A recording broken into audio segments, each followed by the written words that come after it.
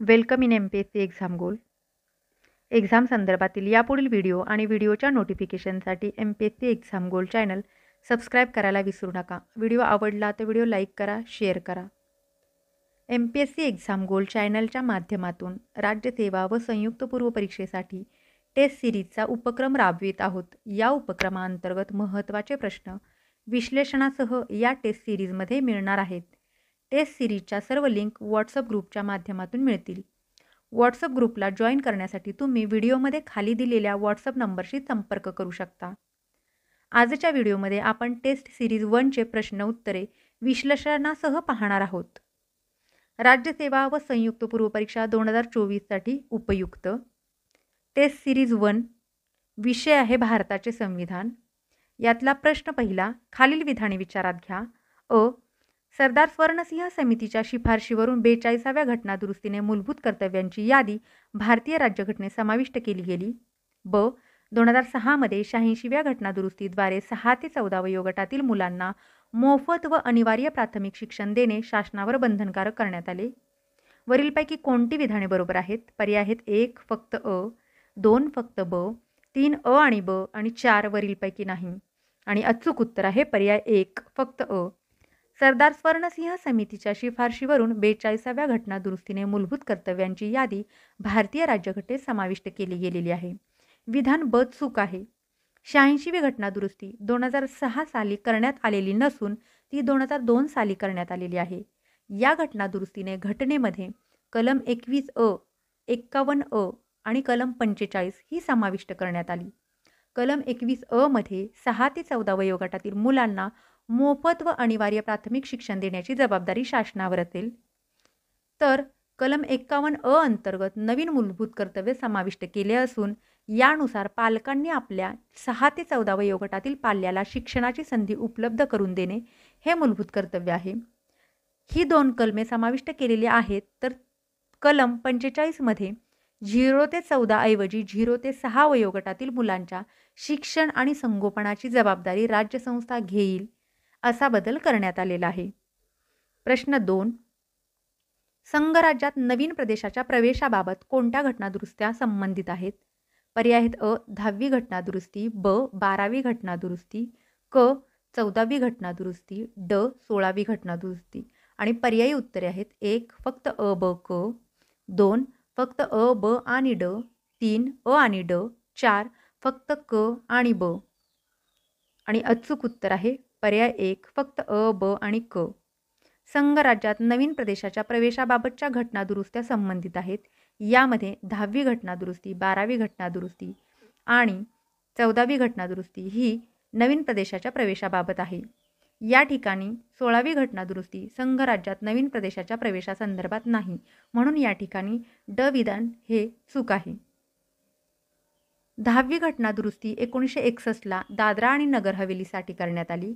12वी घटनादुरुस्ती 1962ला दमण, दीव आणि गोवा या नवीन प्रदेशाच्या प्रवेशाबाबत करण्यात आलेली आहे. 14वी घटनादुरुस्ती 1962ला पाउंडेचेरी या नवीन प्रदेशाच्या प्रवेशाबाबतची घटनादुरुस्ती आहे. प्रश्न 3 खालील विधाने विचारात घ्या. अ मूलभूत हक्क व्यक्तिसापेक्ष आहेत तर मार्गदर्शक तत्त्वे समाजसापेक्ष आहेत. ब राजकीय लोकशाही प्रस्थापित करणे हे मूलभूत हक्कांचे उद्दिष्ट आहे.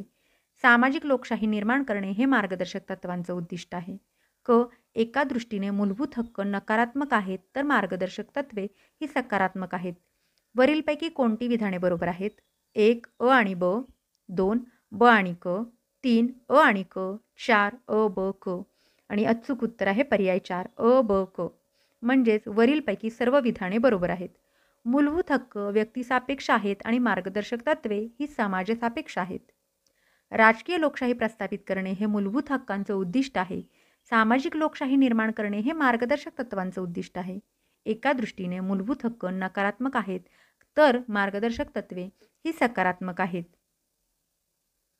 भारतीय राज्यघटनेच्या भाग 3 मध्ये कलम 12 ते 35 मध्ये मूलभूत हक्क समाविष्ट करण्यात आलेले आहेत आणि त्यामुळेच भाग 3ला भारताची मॅग्ना कार्टा असं देखील संबोधलं जातं.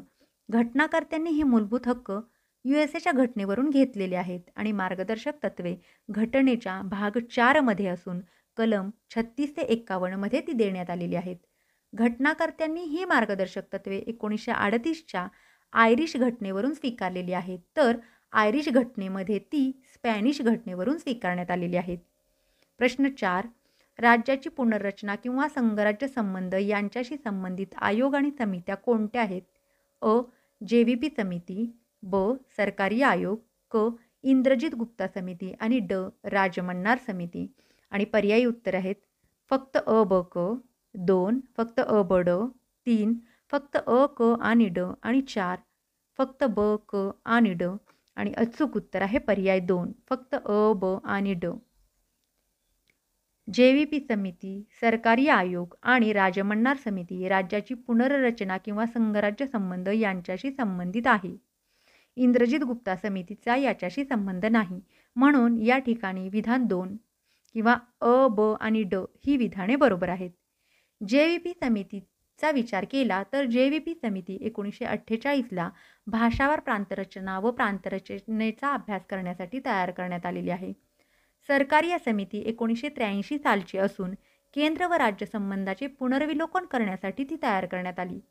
राजमन्नार समिती 1969 सालची केंद्र आणि राज्य संबंधाचा अभ्यास आणि राज्याच्या स्वायत्ततेसाठी घटनेमध्ये बदल सुचविणे या संदर्भात आहे. प्रश्न 5.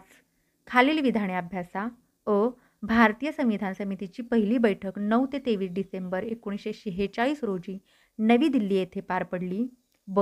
सरदार हुकुमसिंग, KT शहा, महावीर त्यागी हे भारतीय घटना समितीतील बिगर काँग्रेस पक्षाचे सदस्य होते. क. विधानसभेच्या पहिल्या बैठकीस मुस्लिम लीगचे सर्व सदस्य हजर होते. आणि पुढीलपैकी कोणती विधाने बरोबर आहेत हे सांगा. 1. अ आणि ब, 2. ब आणि क, 3. अ आणि क आणि 4. अ, ब आणि क. आणि अचूक उत्तर आहे पर्याय 1 अ आणि ब. भारतीय संविधान समितीची पहिली बैठक 9 ते 23 डिसेंबर 1946 रोजी नवी दिल्ली या ठिकाणी पार पडली. हे विधान बरोबर आहे. त्याचबरोबर सरदार हुकुमसिंग, KT शहा, महावीर त्यागी हे भारतीय घटना समितीतील बिगर काँग्रेस पक्षाचे सदस्य होते. या ठिकाणी विधान क हे चुकीचे आहे. विधानसभेच्या पहिल्या बैठकीला मुस्लिम लीगचे सदस्य हजर नव्हते. म्हणून या ठिकाणी विधान क चूक आहे. घटना समितीतील बिगर काँग्रेस पक्षाचे सदस्य सरदार हुकुमसिंग, KT शहा, महावीर त्यागी हे तर होतेच, परंतु त्याबरोबरच doctor Babasaheb Ambedkar, Alladi Krishnaswami Ayyar, NG Ayyangar, MR Jayakar, Sachchidanand Sinha, Shyamaprasad Mukherjee, B Shivrai, doctor Sarvepalli Radhakrishnan, KT Shah, HC Mukherjee, NH Kunzru, Nekchandra Bakshi, Sardar Hukumsingh, PS Deshmukh, Mahavir Tyagi आणि पंडित ठाकूरदास भार्गव हे देखील बिगर काँग्रेस पक्षाचे सदस्य होते. प्रश्न 6. भारतीय राज्यघटनेचे आर्थिक न्याय हे उद्दिष्ट टिंबटिंब यातून व्यक्त होते. पर्याय आहेत 1. प्रस्तावना आणि मूलभूत अधिकार, 2. प्रस्तावना आणि मार्गदर्शक तत्त्वे, 3. मूलभूत अधिकार आणि मार्गदर्शक तत्त्वे आणि 4.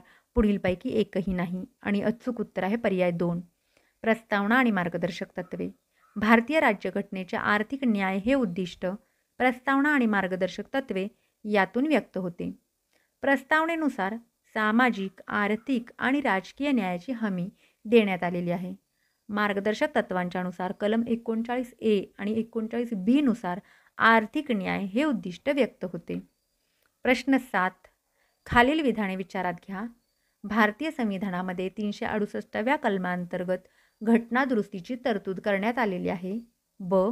2012 पर्यंत भारतीय संविधानात 98 घटना दुरुस्त्या करण्यात आल्या. क. घटनादुरुस्ती विधेयक सादर करताना राष्ट्रपतींची पूर्वसंमती आवश्यक असते. वरीलपैकी कोणती विधाने बरोबर आहेत? 1. फक्त अ, 2. ब आणि क, 3. अ आणि ब आणि 4. फक्त क. आणि अचूक उत्तर आहे पर्याय 3 अ आणि ब. भारतीय संविधानामध्ये 368व्या कलमांतर्गत घटनादुरुस्तीची तरतूद करण्यात आलेली आहे. 2012 पर्यंत भारतीय संविधानात 98 दुरुस्ती करण्यात आल्या. हे देखील विधान बरोबर आहे. विधान क हे मात्र चूक आहे. घटनादुरुस्ती विधेयक सादर करताना राष्ट्रपतींची पूर्वसंमती आवश्यक नसते.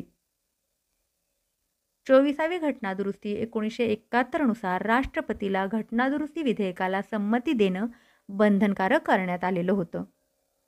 प्रश्न 8. 2000 साली भारतीय संघराज्यात उत्तराखंड, छत्तीसगड आणि झारखंड या 3 नवीन राज्यांची जवळपास एकाच वेळी निर्मिती झाली. परंतु या 3 राज्यांचे निर्मिती अधिनियम जेव्हा वास्तवात आले तेव्हा त्यांचा कालानुक्रम काय होता? आणि पर्याय आहेत 1 उत्तराखंड, छत्तीसगड, झारखंड, 2 झारखंड, उत्तराखंड, छत्तीसगड, 3 छत्तीसगड, उत्तराखंड आणि झारखंड आणि 4 उत्तराखंड, झारखंड आणि छत्तीसगड. आणि अचूक उत्तर आहे पर्याय 3 छत्तीसगड, उत्तराखंड, झारखंड. 2000 साली भारतीय संघराज्यात उत्तराखंड, छत्तीसगड आणि झारखंड या 3 नवीन राज्यांची जवळपास एकाच वेळी निर्मिती झाली. परंतु या राज्यांचे निर्मिती अधिनियम जेव्हा वास्तवात आले त्यानुसार यांचा कालानुक्रम लक्षात ठेवत असताना बऱ्याचदा आपण चूक करतो. तर हा घटनाक्रम लक्षात ठेवण्यासाठी तुम्ही एक ट्रिक लक्षात ठेवू शकता. ती म्हणजे छत्त उत्तर झारा. छत्त म्हणजे छत्तीसगडची निर्मिती आधी, नंतर उत्तर म्हणजे उत्तराखंड आणि झारा म्हणजे झारखंड. म्हणजे छत्तीसगड, उत्तराखंड आणि झारखंड हे कालानुक्रम तुम्ही लक्षात ठेवू शकता.